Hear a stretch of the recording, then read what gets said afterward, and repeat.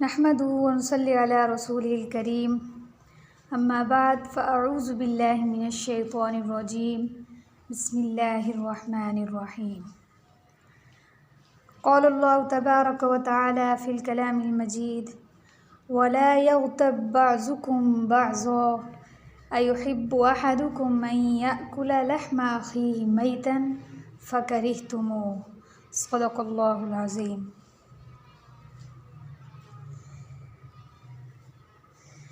اور ایک دوسرے کو پیٹھ پیچھے برا نہ کہو۔ کیا تم پسند کرتے ہو کہ تم میں سے کوئی اپنے بھائی کا گوشت کھائے جو مردہ ہو، جس سے تمہیں گھن آتی ہو؟ تو اس آیت میں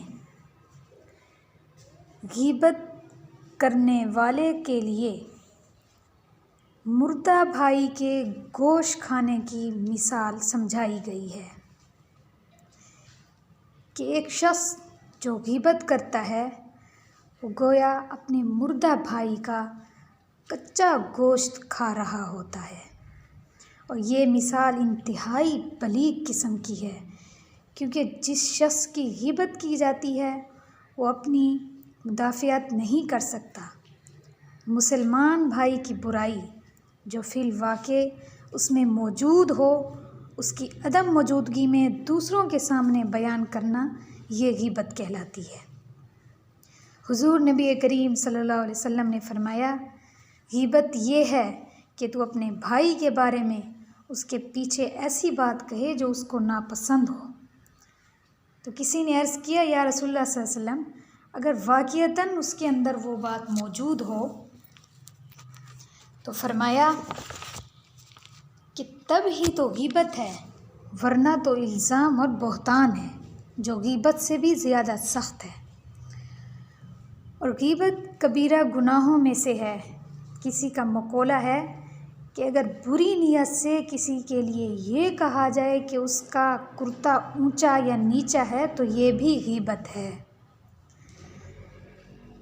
رسول صلی اللہ علیہ وسلم کی خدمت میں ایک عورت آئی جو چھوٹے قد کی تھی۔ جب وہ چلی گئی تو حضرت عائشہ رضی اللہ تعالیٰ عنہ نے کہا، یا رسول اللہ صلی اللہ علیہ وسلم، یہ عورت کتنی چھوٹی ہے؟ تو آپ صلی اللہ علیہ وسلم نے کیا فرمایا؟ فرمایا، اے عائشہ، یہ غیبت ہے، کیونکہ تم نے اس کے عیب کا تذکرہ کیا ہے۔ اخلاقی برائیوں میں سے غیبت جس قدر بری بیماری ہے، بس قسمتی سے ہمارے معاشرے میں اسی قدر عام ہے۔ یہ برائی ہمارے معاشرے میں بہت زیادہ جڑ پکڑ چکی ہے، اور اس کا اتنا رواج ہو چکا ہے کہ اب اس قبیح فعل کو کوئی برا سمجھتا ہی نہیں ہے، اور بہت کم لوگ ہوں گے جو اس بیماری سے محفوظ ہوں گے۔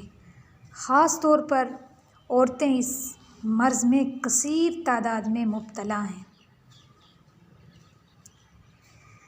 بعض علماء نے تو نقل اتارنے اور تحقیر آمیز اشارات کرنے کو بھی غیبت میں شمار کیا ہے۔ اور غیبت کرنے سے انسان کے ہاتھ کچھ نہیں آتا، بلکہ اپنی ہی نیکیاں کھو بیٹھتا ہے۔ ایک واقعہ آگے، ایک شخص حضرت حسن بصری رحمۃ اللہ علیہ کی غیبت کیا کرتا تھا، تو آپ کو پتہ چلا تو آپ نے ایک طباق تازہ کھجوریں اس کے لیے ارسال فرمائیں، اور یہ بھی ساتھ کہلوا بھیجا کہ مجھے معلوم ہوا ہے آپ نے اپنی نیکیاں مجھے عنایت فرما دیں، اس کے بدلے میں یہ معمولی سا ہدیہ پیش خدمت ہے۔ فرمایا، میں پورا بدلہ تو نہیں دے سکتا، معاف فرمائیں۔ تو اس طرح غیبت سے باہمی نفرت کو ہوا ملتی ہے اور دشمنی کے جذبات بھڑکتے ہیں۔ تو غیبت میں مبتلا شخص خود کو عموماً عیبوں سے پاک تصور کرتا ہے، اور جس کی غیبت کی جائے وہ اپنے عیب کی تشہیر ہو جانے کے باعث اور ڈھیٹ بن جاتا ہے۔